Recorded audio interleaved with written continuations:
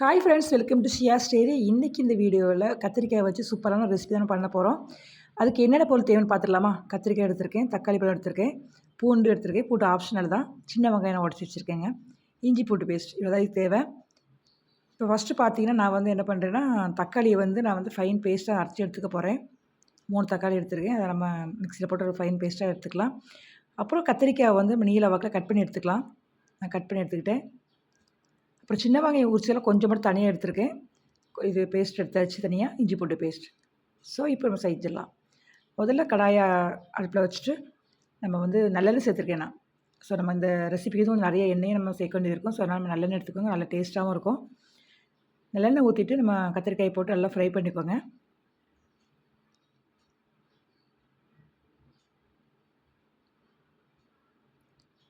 தீயை நல்லா குறைச்சி வச்சுக்கோங்க. மீடியம் ஃப்ளேம்லேயே வச்சு நல்லா கோல்டன் ப்ரௌன் ஆகிற வரைக்கும் நல்லா வதக்கிக்கோங்க.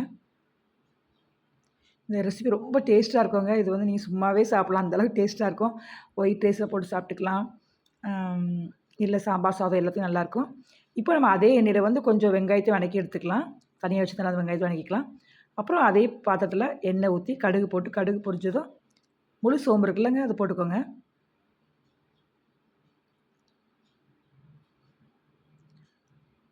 சோம்பு நல்லா பொரிஞ்சதுக்கப்புறமா கருவேப்பிலை போட்டுக்கோங்க.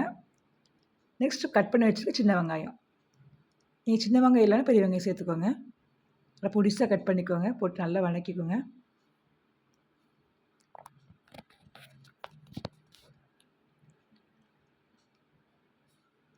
அந்த வெங்காயம் நல்லா டிரான்ஸ்பரண்ட் ஆகிற வரைக்கும் நல்லா வதக்கிக்கோங்க.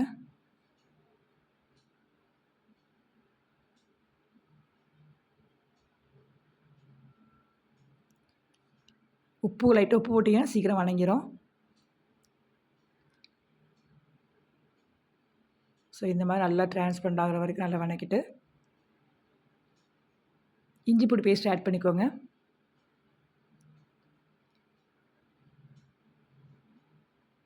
போட்டு நல்லா வதக்கிட்டு நெக்ஸ்ட் நம்ம தக்காளி நல்லா அரைச்சி வச்சுருக்கோம்லங்க, அதை ஆட் பண்ணிக்கலாம்.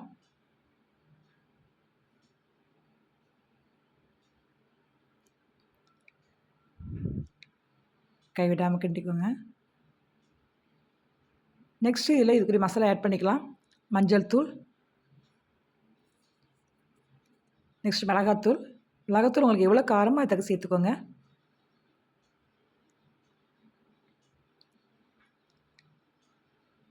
சால்ட் ஆட் பண்ணிக்கோங்க. சால்ட் ஃபஸ்ட்டு நம்ம வெங்காயம் வதக்கச்சல ஆட் பண்ணியிருந்தீங்கன்னா இதில் கொஞ்சம் பார்த்து ஆட் பண்ணிக்கோங்க. மல்லித்தூள். இந்த ரெசிபிக்கு மிளகாத்தூள், மல்லித்தூள், மஞ்சள் தூள், உப்பு இவ்வளோ தான். வேறு எந்த மசாலா ஆட் பண்ண நம்ம போட போகிறதில்ல.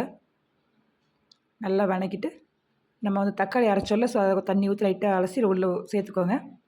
இப்போ இந்த மசாலையெல்லாம் தண்ணி நல்லா வேகட்டும். ஒரு 10 to 15 நிமிஷம் நல்லா அப்படி மூடி வச்சுருங்க. அப்புறம் எண்ணெய்லாம் பிரிஞ்சு வர அளவுக்கு நல்லா வேகட்டும். நல்லா வந்ததுக்கப்புறமா நம்ம வதக்கி வச்சுருக்க கத்திரிக்காய் சேர்த்துடலாம்.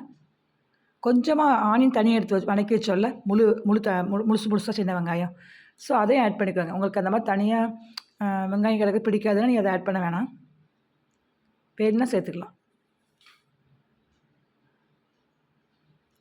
ஸோ நல்லா வதக்கிட்டு மூடி போட்டு மூடி வச்சு நல்லா கிண்டிக்கோங்க. இந்த மாதிரி எண்ணெய்லாம் நல்லா தனியாக பிரிஞ்சு வரும்.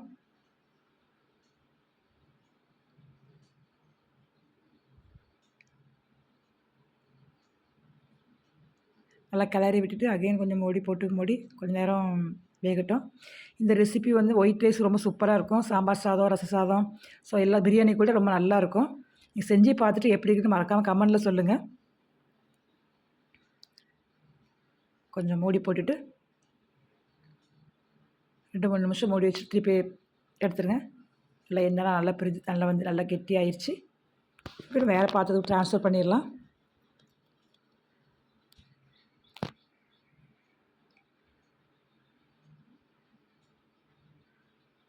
நல்லா வெந்துருச்சு பாருங்கள். சப்பாத்திக்கு நல்லாயிருக்கும். ஸோ கத்திரிக்காய் யாருக்கெல்லாம் ரொம்ப பிடிக்கும், நல்லா மறக்காமல் செஞ்சு பாருங்கள். பிடிக்காதவங்களும் செஞ்சு பாருங்கள், இந்த டேஸ்ட் ரொம்ப பிடிக்கும்.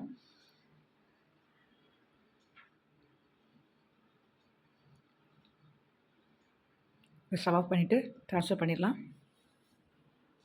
ட்ரான்ஸ்ஃபர் பண்ணியாச்சு. பாருங்கள் எவ்வளோ சூப்பராக அவ்வளோ எம்மியாக இருக்குது பார்க்குறப்ப. சுடு சுடு சாதத்தில் போட்டு சாப்பிட்டு பாருங்கள், அவ்வளோ சூப்பராக இருக்கும். சும்மாவே சாப்பிட்லாங்க, அவ்வளோ டேஸ்ட்டாக இருந்தது. நீங்களும் ட்ரை பண்ணி பாருங்கள். ட்ரை பண்ணி பார்த்துட்டு எப்படின்னு மறக்காம கமெண்ட்டில் சொல்லுங்கள். நம்ம சேனல் சப்ஸ்கிரைப் பண்ணாங்க சப்ஸ்கிரைப் பண்ணிக்கோங்க. நெக்ஸ்ட்டு சூப்பரான வீடியோவில் பார்க்கலாம்.